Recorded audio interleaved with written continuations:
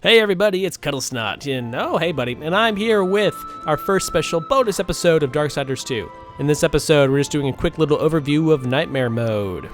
So what is Nightmare Mode? It is if you die, it's game over. You start from the very beginning. You lose your game file, you lose everything. All your progress, all your hours are gone.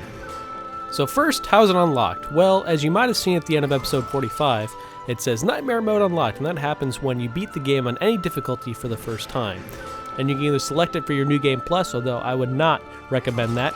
Instead, I would start a new game file on Nightmare Mode and see how far you get, because if you die, and you probably will die, if you die, you don't lose all of your progress you've made so far. You can still have your original game file to play around with and continue to play a New Game Plus, and then you can start a new Nightmare Mode if you want. Anyway, alright, so what is different about Nightmare Mode versus any other ones? Well, pretty much nothing. Except for dying, of course. There's no special achievements, no special items, nothing special happens. Your original game, your New Game Plus are all the same as though you're on any other difficulty. So all you get to show for it is this one thing. Fastest Nightmare completion time. Which is, you know, for you people that will show off how awesome you are at the game, which should include me on my personal game file, but that's not the point. If you're up for a challenge and are okay with getting screwed over by game-forced situations that you can't get yourself out of, then this is the mode for you. Again, the one thing that's different about it, I guess, well, nothing, except for the dying. Because if you die a combat death, you get sent back to level 1. You start off at the Icy Vale and that whole 9 yards.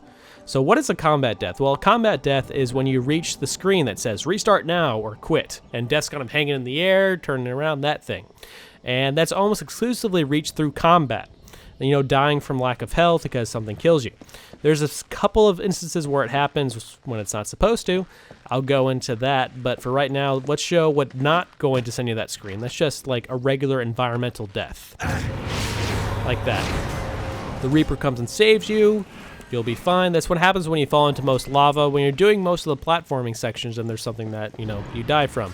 Falling down into nothingness. In the Ivory Citadel, that sort of thing. But yeah, that's, again, there's a couple exceptions to that. But let's go see what happens if you do die from a combat death. Well, as you might have guessed, I'm only level 2 because I didn't feel like playing a whole bunch just to do this thing. So instead, I'm gonna find these things that I'm gonna let kill me, so we can get a combat death screen. Well, it might take longer than you'd think. Gotta have a buddy around here somewhere. Is it just you? I guess it's just you. Alright. Do your worst. End my night. Oh, there you are. End my nightmare. Game run through. End it. I don't want to live anymore. Nightmare mode. See? There's not a restart, quit. I mean, there is a quit, but restart, nightmare mode. It's over, man. It's over. When I hit this restart button, do you know where I'm going to end up? There can be no life without order. Good, evil, dark. That's right. At the very beginning, you'll lose everything. For war's freedom. Death swore that he would resurrect humanity. But nope, that's it. That's the end. And see, now we're back to 0. Don't have no items. Back to level 1. I was level 2. Back to level 1. It's all done for. And it doesn't matter when this is. It could be new game at the very end where you're fighting Absalom in the New Game Plus, and you die in Nightmare Mode, and that's it. You're just done, man. So, again, it's a great challenge if you're up for it, but otherwise, it's only for you true Darksiders 2 fans, hardcore players. So. Have fun with it. Anyway, so let me just quickly go over the 2 exceptions to the combat death rule that I know about. The first one is when you are in the Scar and you're in that forced platforming section where there's the lava rising up under you. I'll have video on screen right now. There's lava rising up under you and you are, you know, forced to pop your way along all the way up the walls, up the cylindrical wall. If you die then, that is a combat death screen. I'm sure part of it is because they need to make sure you reset. They could do the Reaper thing because it sounded like you would Reaper down to nothing. So they need to do a combat death screen so that you would reset and that the puzzle would reset. But in effect, it also ends your nightmare mode run. So that's a really, really easy place to lose it. The other place is, again, that I know about, is in the Ivory Citadel.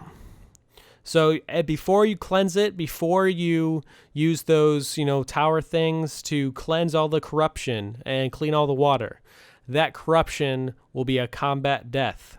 So when you first walk into that big open room and there's all that corruption just sitting there, do not go into that corruption. You will die, and that'll be the end. So be really careful. Alright, so again, those are the only two that I know about. I did some research, and those are the only environmental combat deaths that I know about that'll restart your nightmare run. So if there's any other ones, feel free to comment, let me know. I'll put a bunch of them down in the description box. I'll put those two, and then any other ones that you guys can tell me about, or ones that I find later, what have you. But otherwise, just have fun.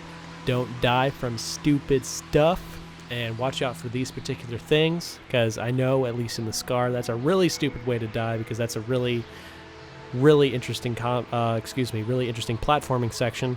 Anyway, guys, thanks for watching. This has been Kuddlesnot. Feel free to, subscribe if you liked it, like this video if you liked it, or like my Facebook page if you really, really liked it, or really like me, whichever one. I'm cool with either. He says very sensually. And it's really late, so I don't know if this is sensual or not, but it feels sensual to me. Might be more Batman. But no, I'm not going to do a Batman impression. Anyway, again, thanks for watching. It's been Kuddlesnot signing off, and I will see you again next time.